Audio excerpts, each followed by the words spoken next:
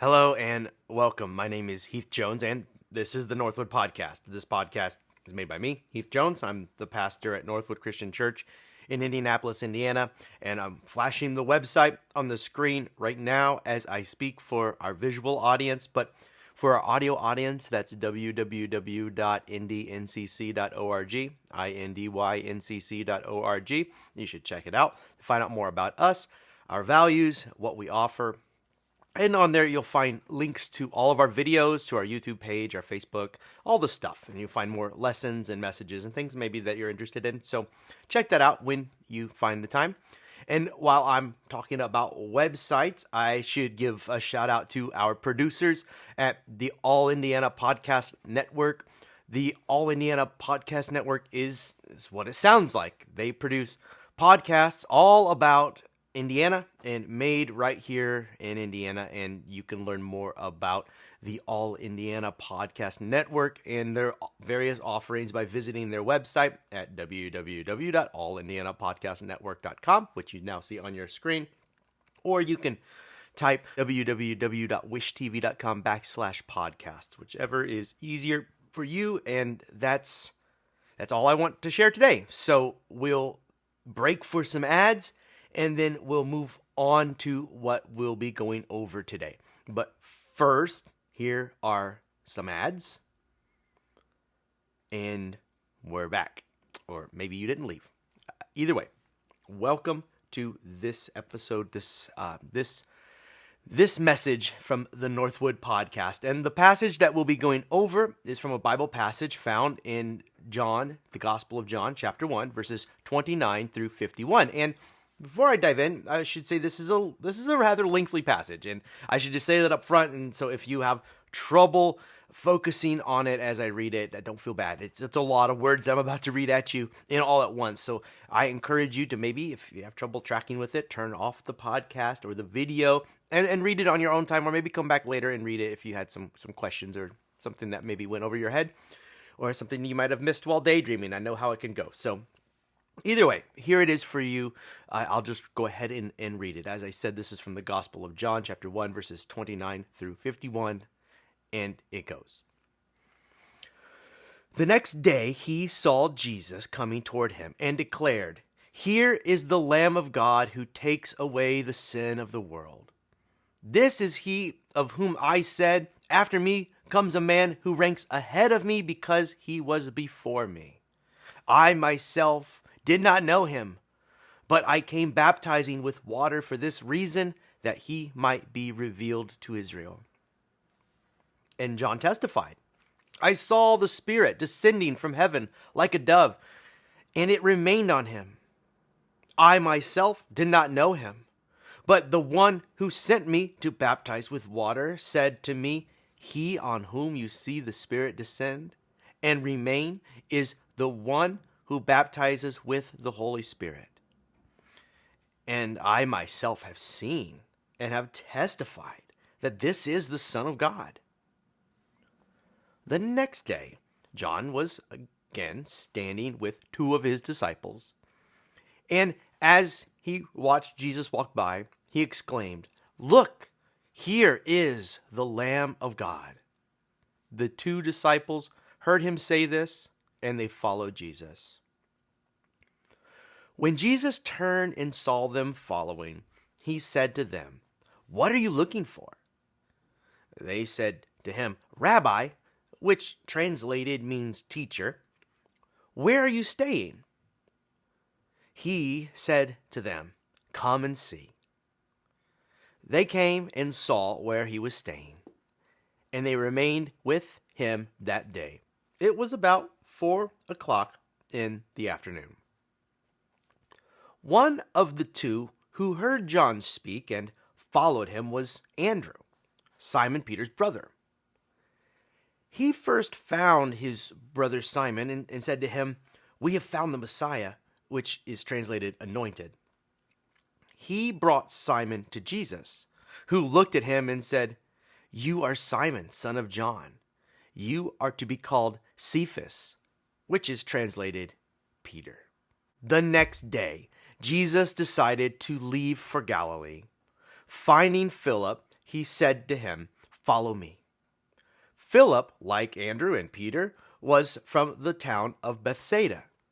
Philip found Nathanael and told him, "We have found the one Moses wrote about in the law, and about whom the prophets also wrote, Jesus of Nazareth, the son of Joseph." "Nazareth? Can anything good come from there?" Nathanael asked. "Come and see," said Philip. When Jesus saw Nathanael approaching, he said of him, "Here truly is an Israelite in whom there is no deceit." "How do you know me?" Nathanael asked. Jesus answered, "I saw you while you were still under the fig tree, before Philip called you."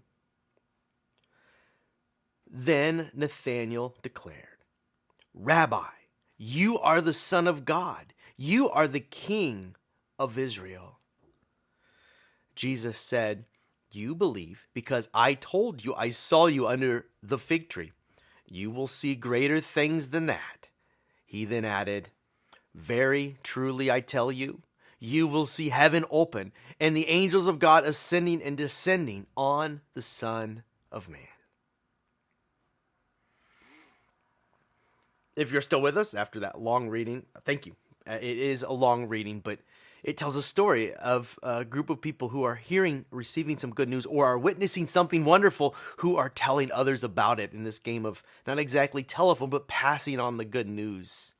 And for many readers, that is the fairly obvious logic and progression of the story. There's something worthwhile to check out, and there are many who are inviting others to come and see what they found. What they found in the story is Jesus, and what they've seen, which we don't read about specifically here, but from other stories about Jesus, what they have seen are his healing works.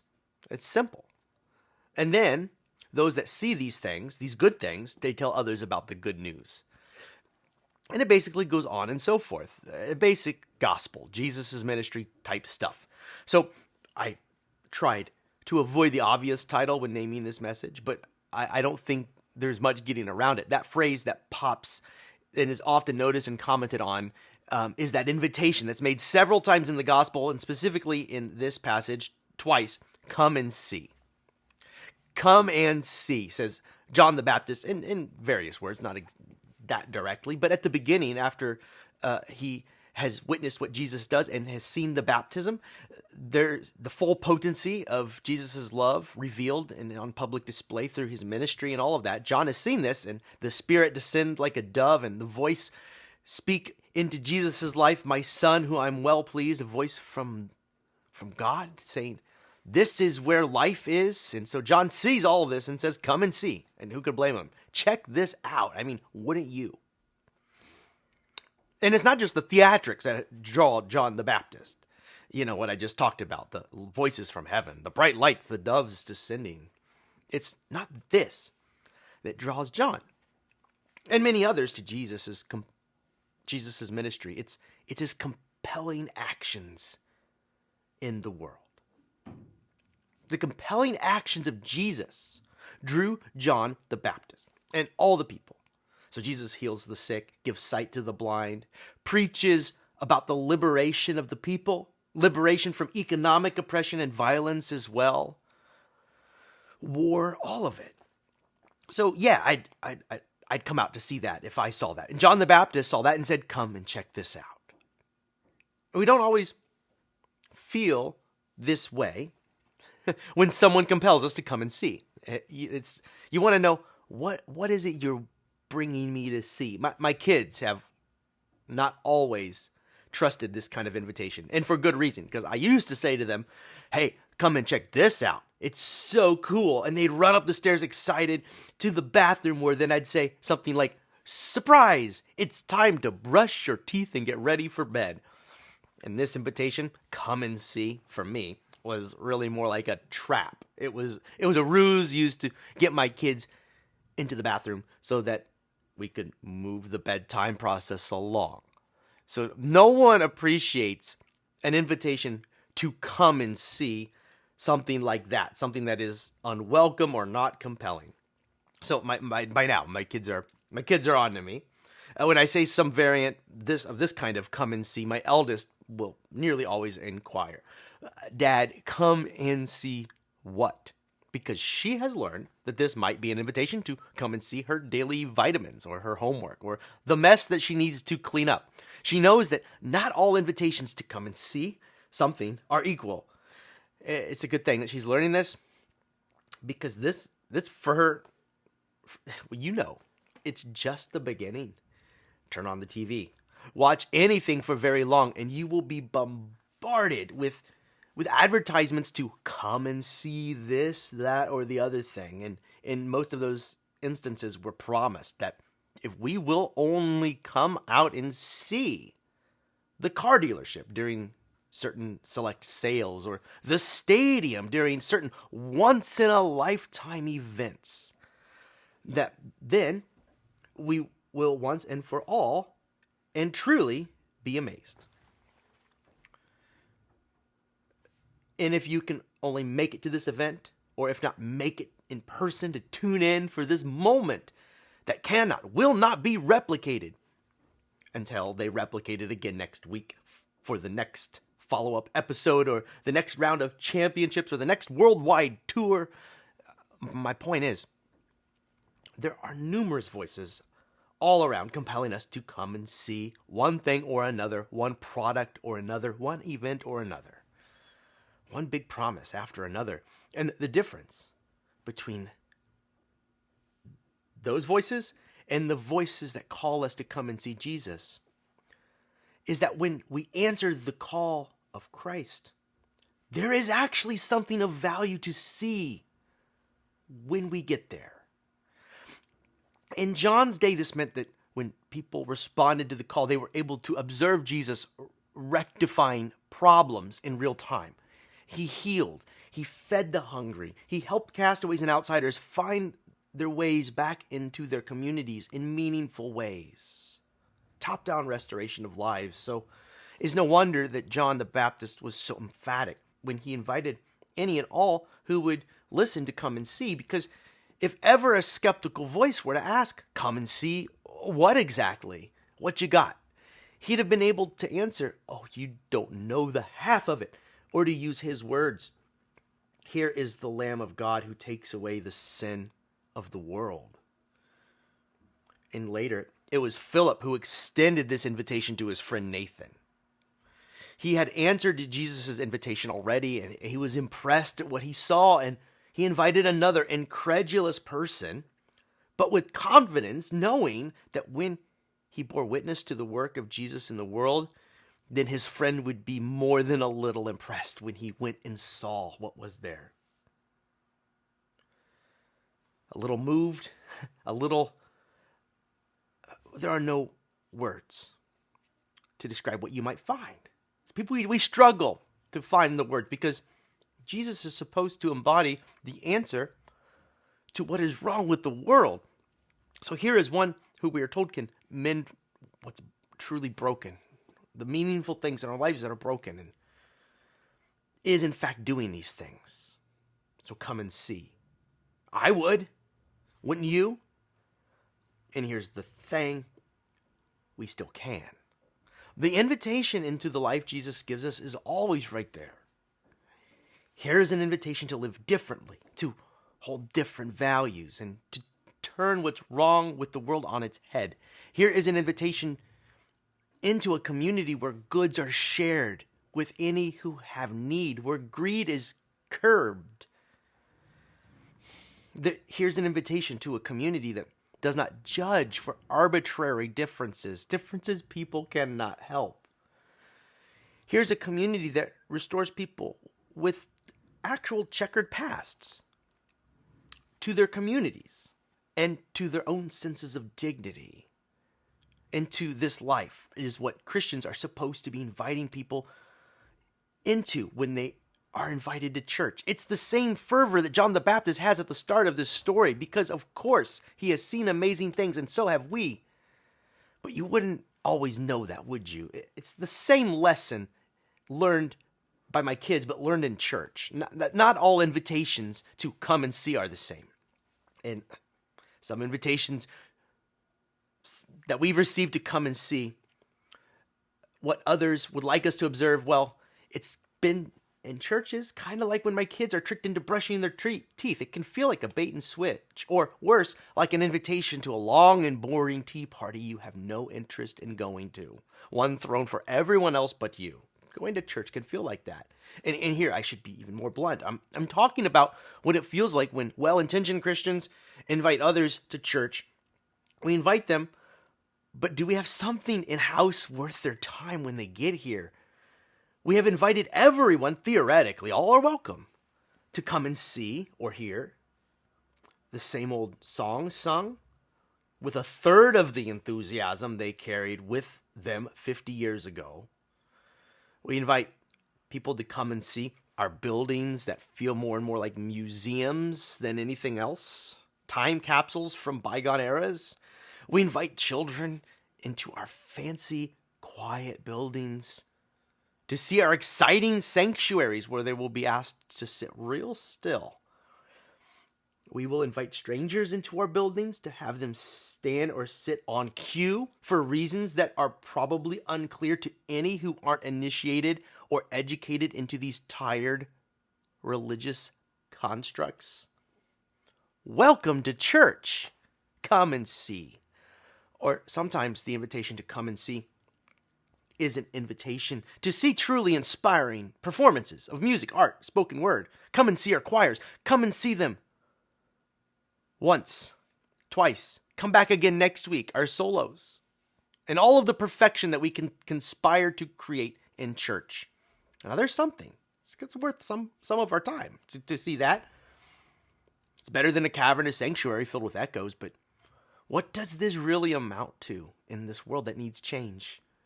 We ask people who don't go to our churches over and over again to come out and to see the same old thing over and over again, or bigger and better productions over and over again. I guess why should they is my question. Because we have seldom had, well, sometimes we have seldom had something compelling for them to see when they get here. I heard a joke this past week that went something like this. I might get it slightly wrong, but I think enough to get the point. The joke goes, the bad news is that the church is stuck back in 1967. The good news is, if 1967 comes back again, we'll be ready. And of course, the really bad or good news, depending on your perspective, is found in the point of the joke. Of course, 1967 isn't coming back, despite how many in our churches wish that it would. I don't wish that it would. Some people do. All in all, I think that this is a far cry away from what John the Baptist had to invite the people to in his day. Come and see the one who is the Messiah, the anointed one who will save us all.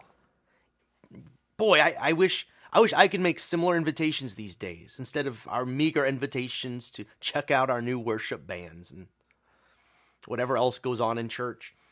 Come and see the one who just healed my friend and fed my community. Now that's an invitation. And as a pastor, I would be jealous of John the Baptist if we weren't still claiming today in 2023 that this same Jesus is still with us. In other words, our conviction is that the same Jesus who the people saw and came to see and were amazed at is with us in our community, empowering us to carry on with the work that he did when he walked on earth. What we read about in stories like the one we read today and others, which reminds us that things don't need to be this way in church. In the middle of today's story, there is one invitation made by Jesus directly to two of his disciples. He is asking them what they're looking for. They must have looked like they were looking for something. And we know from something they say later that they are looking for Jesus, for the Messiah, the anointed one. In other words, they are looking for the answer to life's problems, something worth coming out to see, a force that will liberate them from unfair burdens. But here, they don't give a fully fleshed out answer to Jesus, what are you looking for? Instead, they ask Jesus, where are you staying? It's as if it is so obvious that Jesus is the one they've been waiting for that they don't even need to say it. to each other or to him. They just know. And so instead they voice their desire to stay longer with Jesus. Not only come and see, they have seen, but to dwell with. And so whatever it is you've got, Jesus, we want it, basically. We'd like to stay with you, to embed with you, and we hope that you'll become our teacher, or rabbi is the word used. To which Jesus responds, come and see. He invites us all into this life, this different perspective. And we have each in our own way tried to answer this call, and we're learning to think and behave like Jesus. We at Northwood, my church, we're striving to live into the vision Jesus has called for us of caring for one another and meeting the needs of our communities. So when I invite people to my church, I don't invite them to come and see our sanctuary or our decorations, or to listen to our songs, or even to hear me preach. I hope that what I'm inviting others to come and see is the love that lives here as revealed by our actions toward one another and to strangers.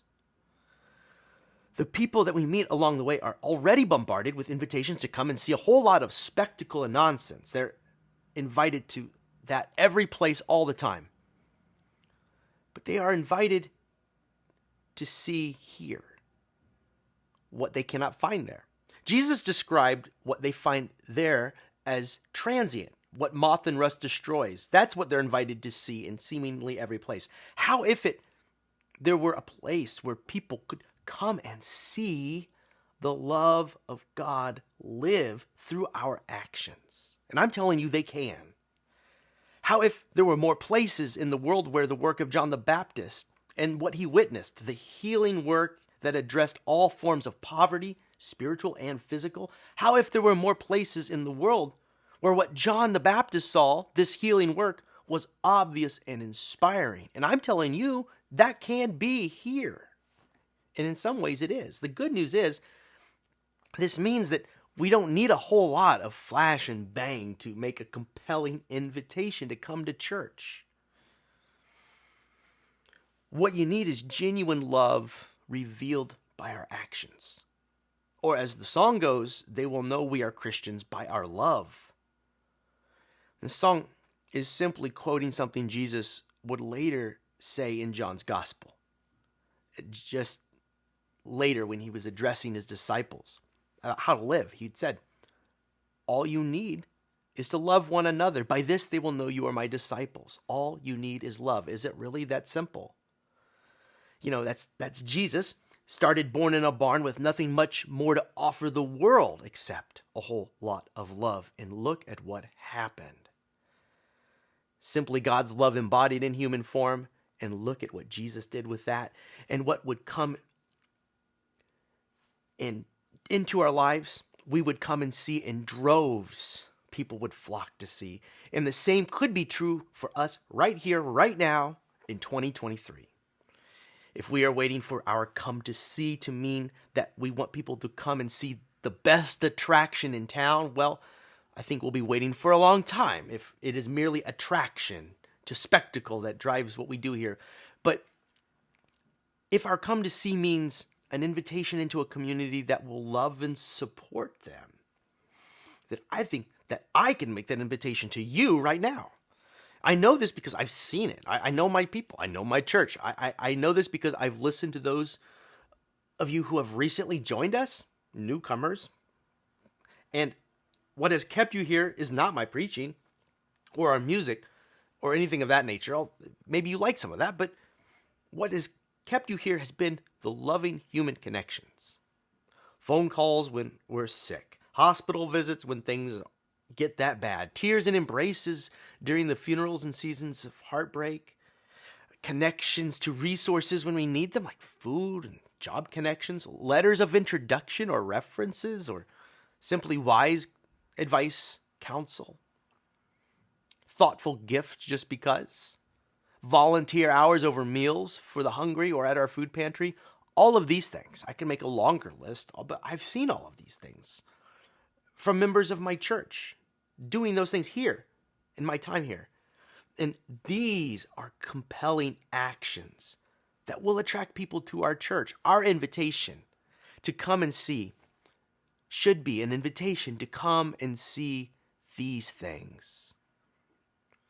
Because our loving actions will build the church, not only at Northwood, but in other places.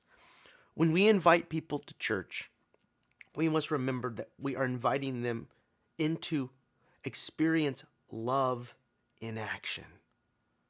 Love in action, not to some bigger and better spectacle. They get enough of that in every place. Church should be different. And if people's experience of church were different, I think more would be responding to our invitations to come and see what goes on in our churches. So I'll extend this invitation to you in the spirit of the God of love who compelled disciples to come and see the love and healing that he offered. Come and see and join in the work.